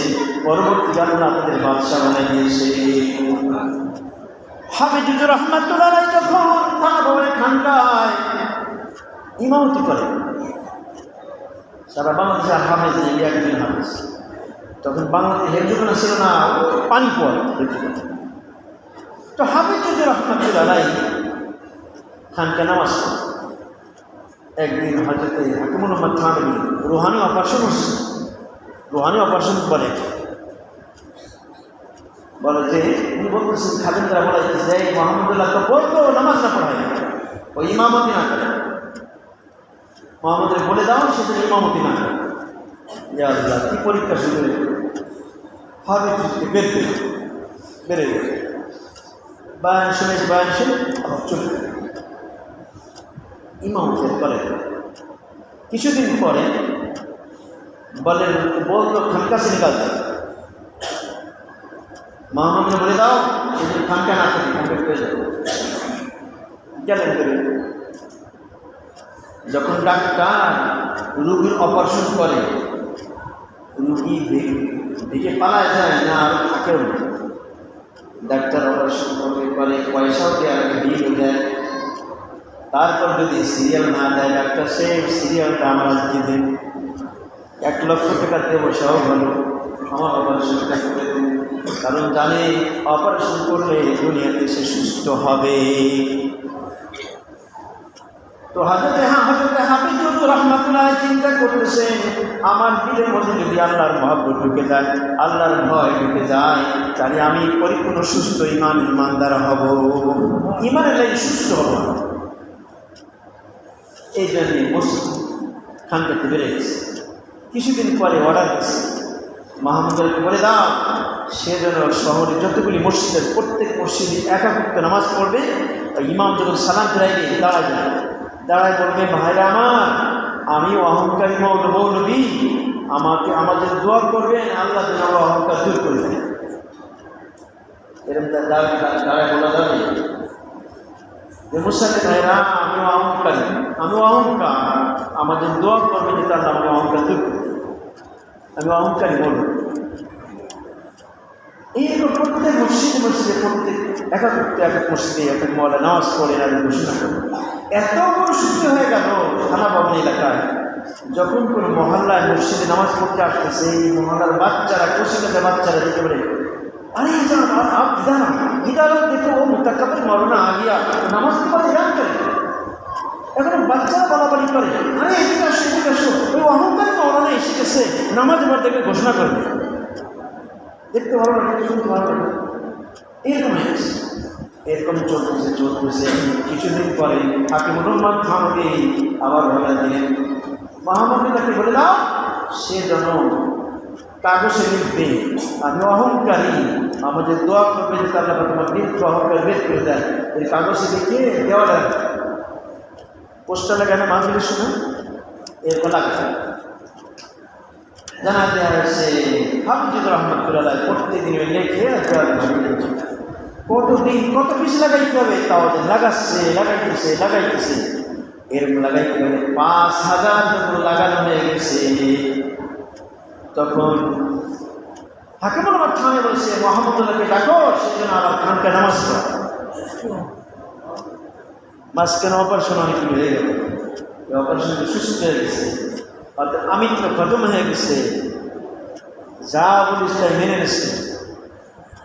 রুগী যখন ডাক্তার যা বলে মেনে নেয়, এটা রুহানি রুগী যা বলছে মেনে নিচ্ছে, হাফিজ তো সুস্থ হয়ে গেছে, রুহানি লাইনে অহংকার নাই, তার বিষয় সব বেড়ে গেছে, এখন সুস্থ।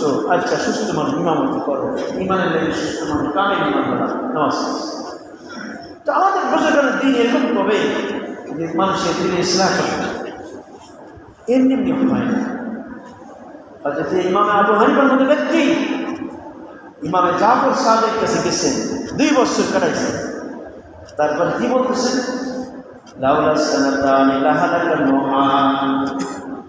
জাফর সাদেকের কাছে যদি আমি নমান, আমি আবু হানিফা 2 বছর না কাটাইতাম আমি হালাক হয়ে যাইতাম। ইমাম আবু হানিফার মতো ব্যক্তি কথা বলতেছেন, ইমাম আবু হানিফার কত ব্যক্তি সে কথা বলার সময় নেই। ইমাম আবু হানিফা রাহমাতুল্লাহ আলাইহি তিনি বলতেছেন আমার কপালে জাফর সাহেবের কাছে 2 বছর লাগানো সুযোগ না পাইতাম তাহলে আমার মতো আবু হানিফা ধ্বংস হয়ে যাইত।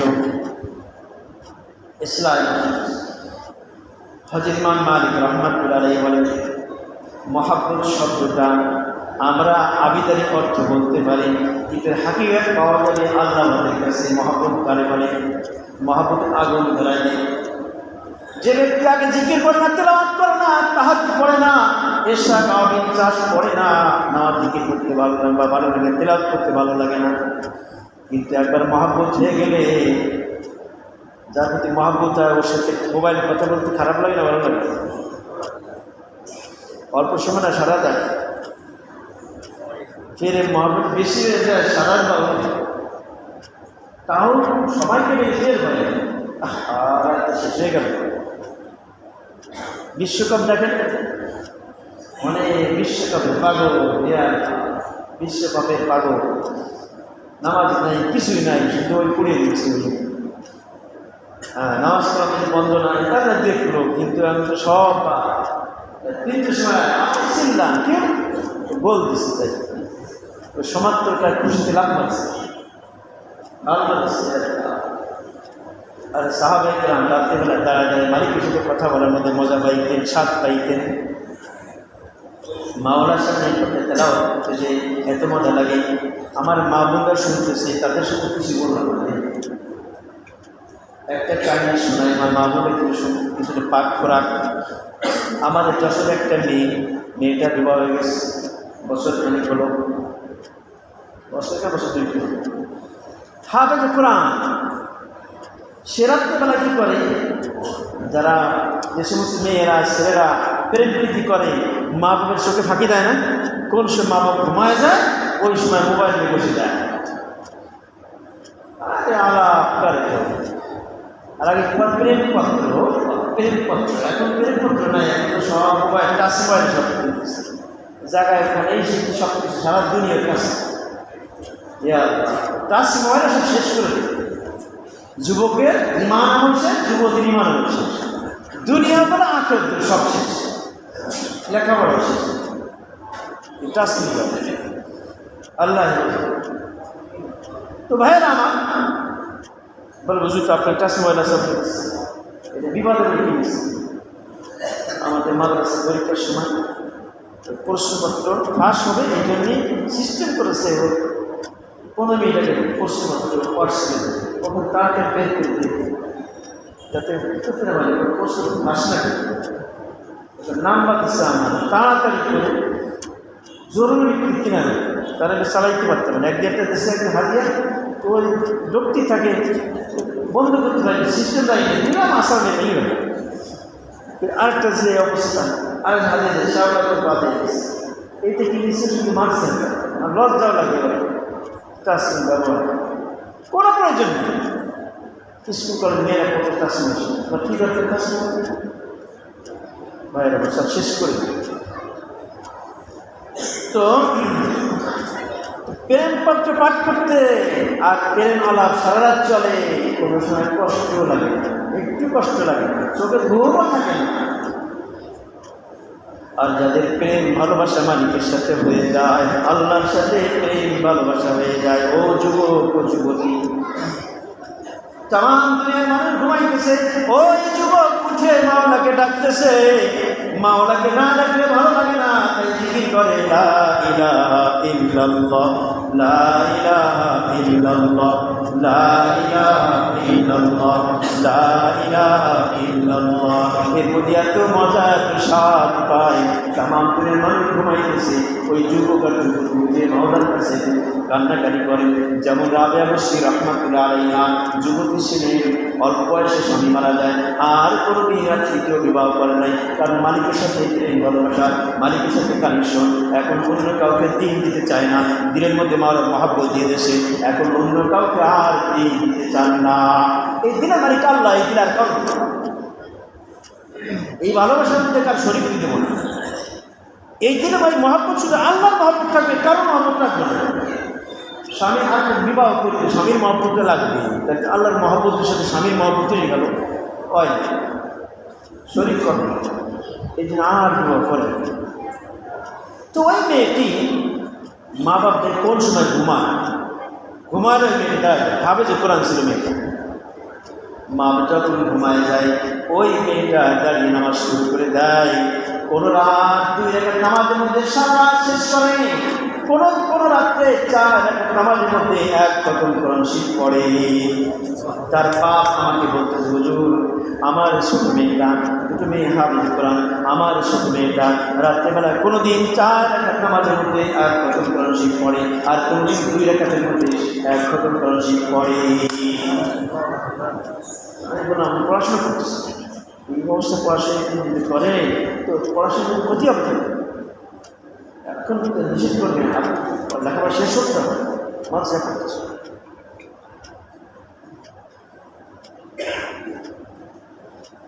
কোন সময় ওকে আমি জানি, আমার স্বামী স্ত্রী ঘুমায় বলি, ও তখন উঠে কারণ জানে যে আব্বা আমার গান নিয়ে আমার উঠতে দেবে। শেষ সাথে তাহার পর ঠিক আছে, এই রাতে নিশার পড়তে ঘুমের পড়তে সারা রাত দাঁড়াতে নামাজ পড়বে, মা সময় ঘুম বাড়বে, ঘুম নষ্ট হয়, তাতে মাথা শূন্যতা হবে, পাগলের তো সম্ভাবনা আছে। কিন্তু এস মহাব্বতে ভালোবাসার টান, মাওলা পাকের ভালোবাসার টান এসে গেছে, সহ্য হয় না। মালিকের প্রেম পত্র না পড়লে ভালো লাগে না। কোরআন পাকের তেলাওয়াত এত মজা, এত স্বাদ লাগে, ওই কোরআন পাকের তেলাওয়াত শুনলে জানটা ঠান্ডা হয়ে যায়। কোরআন পাক তেলাওয়াত করলে কেমন করে মালিক শুনতেছে, আমার মালিক বলতেছে তুমি পড়ো দেখি কেমন করে পড়তে পারো, আমি তোমার পড়া শুনবো। তা আমি আমার মালিককে শোনাই পড়তেছি, নিজের মালিককে শোনায় পড়তেছে, মালিক শুনতেছে। যখন সে 500 উবাইকে কাব রাদিয়াল্লাহু তাআলা বলে উবাই পড়ো সূরা বাইনা পড়ো। বলে ইয়া রাসূলুল্লাহ আপনার সামনে কেমন করে পড়বো, কোরআন আপনার উপর নাযিল হয়েছে, আমি কেমন করে পড়বো? বলে পড়ো না, তুমি পড়ো আমাকে। বলে আল্লাহকে আদেশ করেছেন? হ্যাঁ আদেশ করেছেন। আর সাম্মানি আল্লাহ, আল্লাহকে আমার নাম ধরে কইছে। ইয়া রাসূলুল্লাহ আল্লাহকে নাম ধরে বলেছে, উবাইকে কাবের সামনে পরে বলবেন কোরআন তেলাওয়াত করতে? বলে হ্যাঁ সাম্মাক আল্লাহ, আল্লাহ তোমার নাম ধরে বলেছেন। বাজারাবাদ আইনাম, এই কথা যখন শুনছে তখন কাবের 2 চক্ষু দিয়ে পানি পড়তেছে যে আরো সারা মাওলা আমার গুনাহগারের নাম উল্লেখ করেছে। ভাইয়ের আমার, দুনিয়াতে যদি কোনো একজন ব্যক্তি এই গ্রামের এই শহরে কোনো একজন মাস্টার সাহেবকে তার কাছে আলোচনা করে প্রধানমন্ত্রী, চলাফেরা গতি, তখন সেই এমপিরও তো একটা করবে, সরল সম্পর্কের সাথে প্রধানমন্ত্রীর সাথে সম্পর্ক, সে হাওয়াই উঠে পারে। দুনিয়ার ক্ষমতাবান ব্যক্তির সম্পর্কের এরকম হয়ে যায়, তাহলে যাদের সম্পর্ক সরাসরি মাওলার সাথে হয়ে যায় তাদের কি অবস্থা? তারা পৃথিবীর কোনো শক্তিকে ভয় করে না, তারা শুধু এক আল্লাহর সাথে সম্পর্ক করতে লাগে, সে আল্লাহর সাথে কথা বলতে, আল্লাহর সাথে কানেকশন দিতে ভালো, এইটাই সে বড় মনে করে। আল্লাহর ভয় তাদের কারোর ভয় তাদের নেই, শুধু মালিকের ভয়। এই চিন্তা আমার মালিককে নারাজ হচ্ছে না, এইটি চিন্তা। তো ওই মেয়েটি সারা রাত বলে কখন ওঠে জানি না, আমাদের অজান্তে যখন ঘুমিয়ে পড়ি তখন ওই মেয়েটা তার মেয়েটা ছোটো মেয়েটা উঠে কোরআন তেলাওয়াত করে। কোরআন প্রতি এত মহব্বত, এক এক রাকাতে 15 পারা, কোনোদিন এক এক রাতে 4 ভাগের 1 ভাগ, 7.5 পারা কোন কি মজা লাগছে কোরআন তেলাওয়াত করতে, ঘুম নাই। তো ভাইয়ের আমার, দিনের যে আল্লাহর মহব্বত, যে মহব্বত থাকে তো সব সহজ, তাকওয়া পরিষ্কার থাকে, গুনাহ ছাড়া সহজ। দুটো জিনিস খেয়াল করতে হবে আমাদের, তাকওয়া জিন্দেগি হাসিল করতে হবে আর মহব্বত হাসিল করতে। তাকওয়া হাসিল করলে গুনাহ করবো না, আর মহব্বত হাসিল করলে আল্লাহ গোলামি সহজ। তো ভাইয়ের আমার, যদি নাকি দিলের মধ্যে কোরআন মহব্বত থাকে, আল্লাহর মহব্বত থাকে, নবীর মহব্বত থাকে, তার জীবন ধারাই কিন্তু। আর দুনিয়ার মহব্বত, গাড়ি গাড়ি মহব্বত, ওই নিয়ে ব্যস্ত, টিভি বিসিয়ানে ব্যস্ত, টিভি নাটক নিয়ে ব্যস্ত রয়েছে, এই আর এক জগতে। তো ভাই আমার, আমাদের জীবনকে সংক্ষেপ বলি, আমাদের জীবনকে আমরা আল্লাহর হুকুম দ্বারা সাজাই, নবীর তরিকা দ্বারা, নবীর আখলাক দ্বারা আমার জীবনকে সাজিয়ে দেবো ইনশাআল্লাহ। জাহির গুনাহ, বাতিল সমস্ত গুনাহকে দিন পাক করব, আর আমার শরীরকে, আমার পুরো বডিকে সুন্নাহ দ্বারা, আমার আমলকে সুন্নাহ দ্বারা সাজিয়ে, আর দিলের মধ্যে নবীর আখলাক আমার যেদিন ফিট করবো ইনশাআল্লাহ দেখবেন দুনিয়া থেকে যে কদিন বেঁচে থাকি আল্লাহর মহব্বতে বেঁচে থাকবো, দুনিয়াতে যাবো, আল্লাহ ডাক দিয়ে চলে আসবো, আল্লাহকে ডাকে সহজ সাড়া দিব, তোমার মৃত্যুকে আলিঙ্গন করবো, বলবে আল্লাহ তুমি তাড়াতাড়ি তোমার কাছে নিয়ে যাও, দুনিয়াতে থাকতে মনে হচ্ছে তোমার মহব্বত টানে তোমার কাছে নিয়ে যাও। যেমন রাসূলুল্লাহ সাল্লাল্লাহু আলাইহি ওয়াসাল্লাম মৃত্যুর সময় কী বলছেন? আল্লাহ মালিকের আলা, আল্লাহ সবচেয়ে প্রাণের বন্ধু তুমি, সর্বোচ্চ বন্ধুর সঙ্গে মিলন ঘটাও, তার কাছে যেতে চাইছিস। পুরো মৃত্যু ভয় করে না, কারণ আমার বাড়ি জানাতে বাড়িকে সুন্দর করেছে। আল্লাহ সকলকে এই দুনিয়া থেকে জানাতে বাড়িকে সুন্দর করে আল্লাহকে রাজি করে ইমান নিয়ে দাও তহবিল সুফরমান ওয়া আখির দাওয়ানা আলহামদুলিল্লাহ।